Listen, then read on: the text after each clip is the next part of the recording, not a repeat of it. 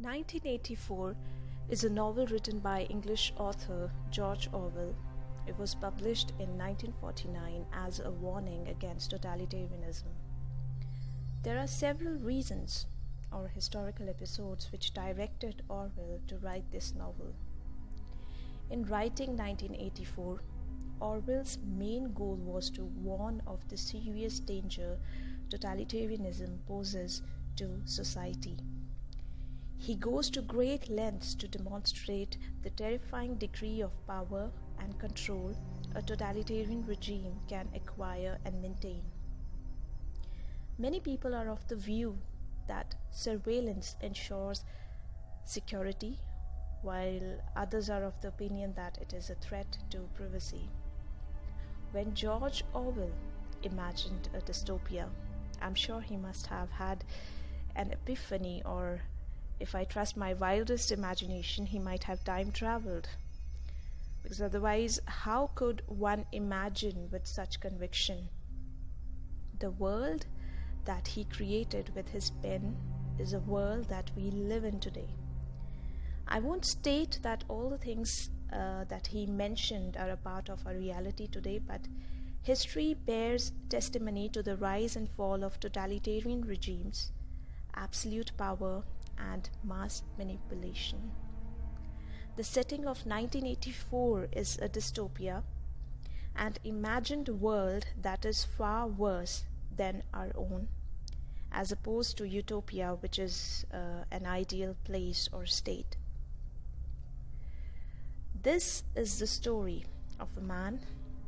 His name is Winston Smith, the man who dares to preserve his individuality despite his adverse circumstances.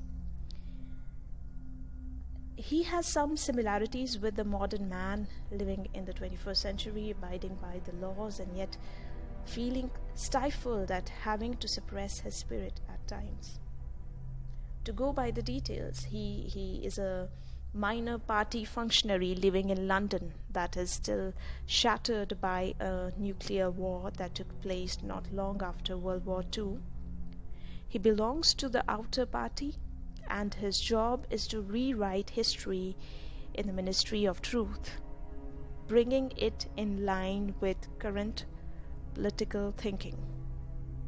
Everything is changed and twisted to show the current establishments in a positive light.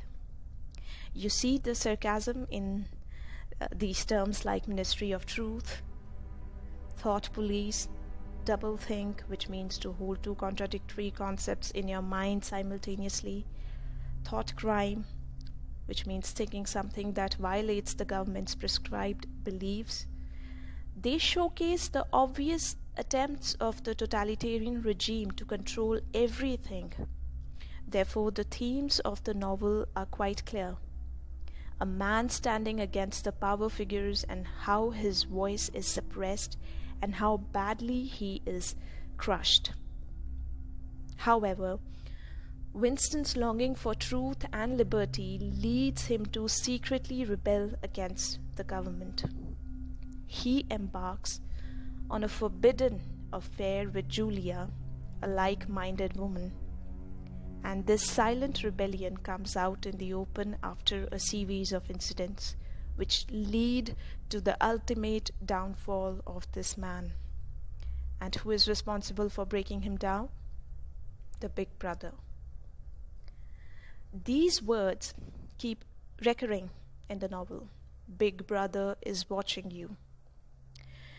If we look around and observe closely, we might too notice several prying eyes.